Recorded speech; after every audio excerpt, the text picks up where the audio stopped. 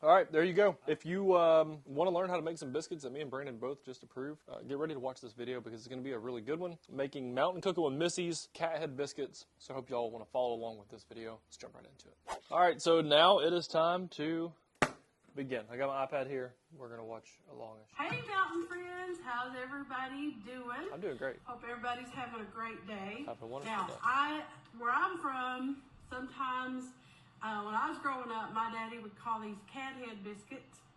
I've been known to call them a Cat Head Biscuit. If you know, traveling around fishing. If you've heard of I've been to a bunch of biscuit shops all over. I had some biscuits all over the country fishing, traveling, and you get to a place early in the morning and they've been called everything. I've had from Texas, Arkansas, Oklahoma, all the way to the East Coast fishing. Every little gas station in a tiny little podunk type town. Fishing towns are often small towns, and so I've been known to have it been called a Cat Head Biscuit. Swindle calls it a Cat Head Biscuit. Let me know. I guess because they always said they were big as a cat's head.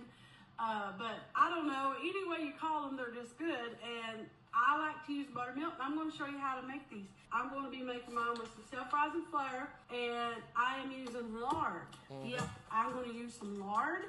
Probably maybe a quarter cup, but I always scoop it out with my hands. I've always done it that way. And I'm going to use some buttermilk, whole buttermilk. So let's get started. This is really simple. So you're just going to need 2 cups of self-rising flour. Let me get me a spoon. All right, 2 cups self-rising flour, white lily. Just level it off. Don't shake it down enough, because you don't want to pack your flour in there. So now I'm going to do my lard. Well, I guess mine was kind of packed in. So I usually get about that much right there. Okay. And just put it right in here, and I'm just going to. Oh, she's working it in.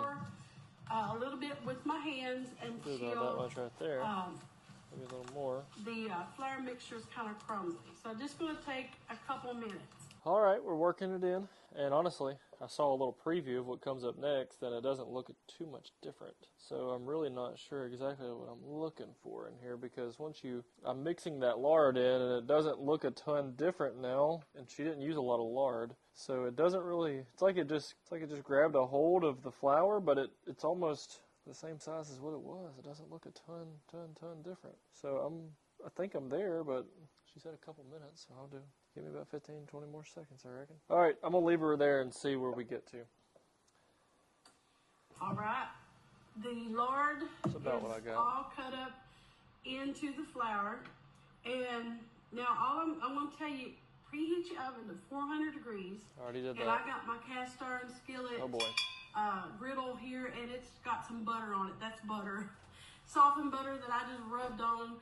So I buttered that and got it all ready. I prefer a cast iron skillet, but you can use any kind of baking dish you want.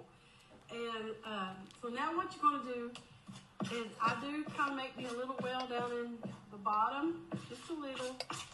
And I'm going to pour about 3/4 of a cup of buttermilk, and I'm going to start stirring the biscuit.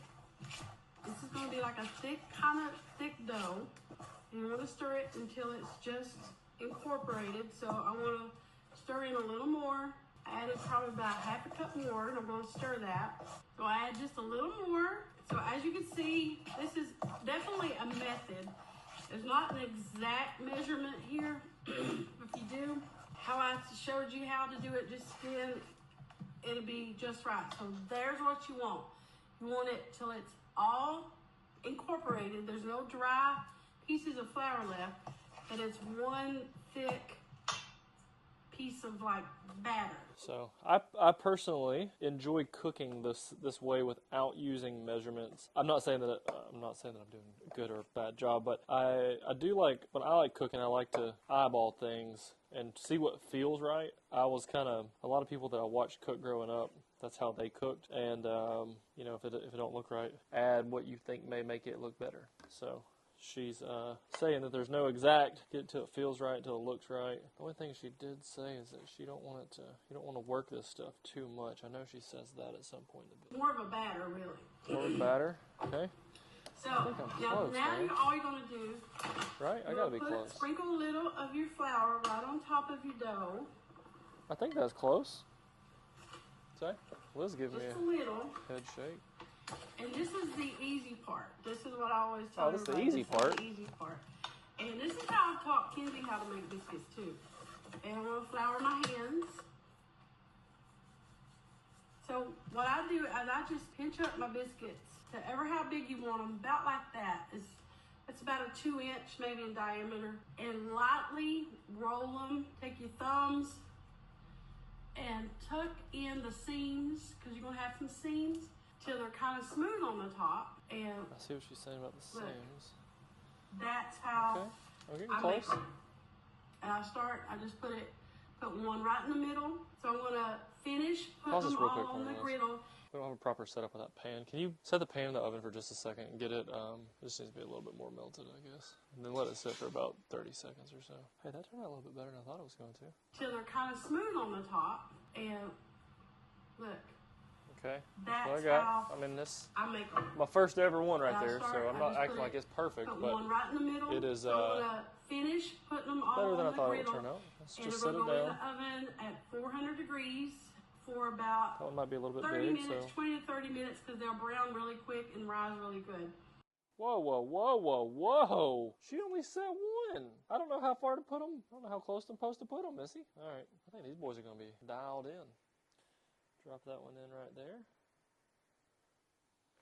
Next up, so that loose flour, I need to call her and ask her about this. The good thing we got is we know Missy personally, but I need to figure out on these biscuits later on. I'll call her. That bottom's still got some parts that's wet on there, and I need to find out if that's okay or not, and if I need to keep reapplying this flour, because now they're getting a little sticky on me. Oh yeah, I got to put some more on my hands. Okay, can you pour me some? Just give me one on that hand. We'll do it right over the thing. There you go. Look, we're just gonna make a mess today. That'll be fine. Oh yeah, works it right off of there. Perfect. Now I'm going to keep going. A little more powder, a little more dough, a little more yes, a little more no. Oh, she's sticking again. Okay, you need to be powdering every time for sure on this. That is going to be a rule of thumb. There we go. All right, ladies and gentlemen, this is my first crossroads I've been at, because this video that we're watching does not say whether or not to be reapplying every time. But now it's making some of these balls seem to have a little bit of extra dry flour on the outside of them. So we're going to find out. We're about to learn together, because this one is the first time I've done them this way. So my question is, so far, if y'all are seeing me doing something wrong, please comment down below, because again, this is my first time doing them this way. They do feel right. That first one I made is pretty big, but some of them are sticky, and then you can tell I'll slide him over, and I'm gonna pop me one right in the dead middle. Yeah, probably. Yeah, do me a little more in there. There you go. Now hit me some of my hands again. There we go. Liz, what do you think about that? We got a different look on them for sure. Like, they're not all equal. Yeah, so that one definitely. Something's gonna happen with it. That one's. Something is gonna be. Yeah. I don't okay. know if it's gonna like crumble together. Okay, but we need to make sure we do this though. I need you to look at this so we can remember what they look like. So you got a giant one. That was the first one I did. This one's got a lot of dough. That one That one looks like a snowball. This one's got some like a lot more lines breaking off on the side. So when we get done, I'm going to set it back exactly like this so we can try to like compare and see how they did. So maybe wash my hands off really quick and then we'll set them in the oven. How long did she say? 30 minutes, 20 to 30 minutes, because they'll brown really quick and rise really good. Okay, 20-30 minute timer on the phone, and biscuits are done. I put mine under the broiler for just a little bit. And this is how I'm going to pause it right there, but I hope mine look like that. So we'll start it with 20 minutes. When this timer goes off in 20, we'll see y'all back right here. Time has come. So we're going to get these biscuits, and we're going to put them exactly back in the position in which they were. All right, Liz, take a little gander. Bring the camera. If this is a cat head, I would call this a kitten head biscuit. It didn't turn out like I thought it was. No, it didn't either. I mean, honestly. They're looking kind of nice right now. Let me grab my iPad, and then we'll wrap this video up. I brush them with butter when they come out. All right, here. Let's see. I'm mainly looking for size comparison because I need to know if I failed or Brush not. them real good. So hold on. Important part right here. Look at that. I see a little floury dough there. I see a little flour. That was one of my top questions. I have some flour hanging around, lingering on the top of these biscuits. That was one of my questions. So I see some flour on hers. All right, y'all. It's time to eat. Time to eat. Time to eat one of these here biscuits. So I just want to show you. See, these are Cat Head Biscuits. This is what my daddy calls Cat Head Biscuits. Look at there. Okay, one important thing. Pause. Smells so good. One very important part of this video I can tell is ours were spread out, so they got to cook all the way around, so it's not giving that side appearance.